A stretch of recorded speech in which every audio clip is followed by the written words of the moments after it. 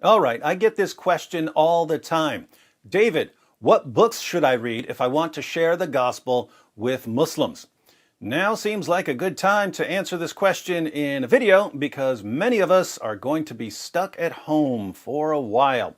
Since people around the world are quarantined, what an amazing opportunity to use our time wisely and get some serious reading done.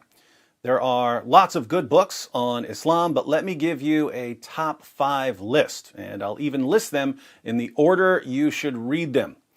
Side note, back in January, I posted a video about Greg Koukl's book, Tactics. Tactics is foundational. Whenever I recommend books on some given topic, Tactics is always assumed as part of the list.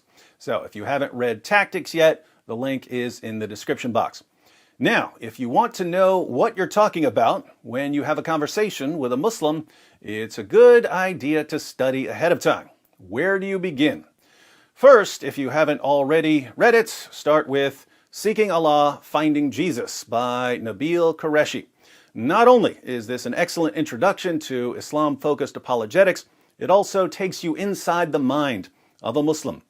Apart from that, because it's biographical, it's easy to read and often entertaining, especially when Nabeel is writing about a certain super genius friend he met in college. So, Seeking Allah, Finding Jesus is the best place to start. The link to the 3rd edition is in the description box. By the way, I wrote the appendix in here on the historical Muhammad. Second, after reading Seeking Allah, Finding Jesus, go to Answering Islam by Norm Geisler and Abdul Salib.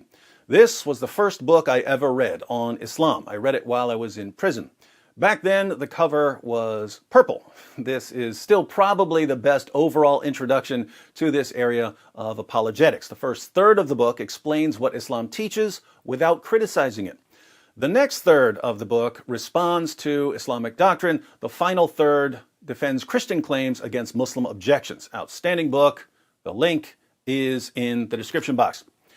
Third, to reinforce what you learn in Answering Islam, read No God But One, also by Nabeel. Nabeel goes down the line through various topics comparing Islam and Christianity. Sharia or the Gospel, Tawheed or the Trinity, Muhammad or Jesus, the Quran or the Bible. He lays out a positive case for Jesus' death, resurrection, and deity, and considers Muslim objections. And he lays out the Islamic case for the prophethood of Muhammad and the divine origin of the Quran, and then responds. Link is in the description box. Fourth, what's missing? Jihad. But David, what does jihad have to do with witnessing to Muslims? Well, as you may know, I'm a big fan of polemics, showing that Islam is false.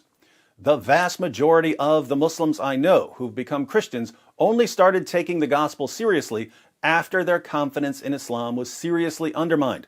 So polemics is important. And one of the things that starts bothering many Muslims about Islam is the violence that's built into it. Knowing what Islam teaches about jihad and knowing the history of jihad therefore gives you a tremendous advantage. And by far, the best book on jihad is Robert Spencer's A History of Jihad from Muhammad to ISIS. This is a fairly long book, but even if you don't think you'll read all of it, I would encourage you to master the first chapter, which is about Muhammad. If you're motivated, then master the entire book.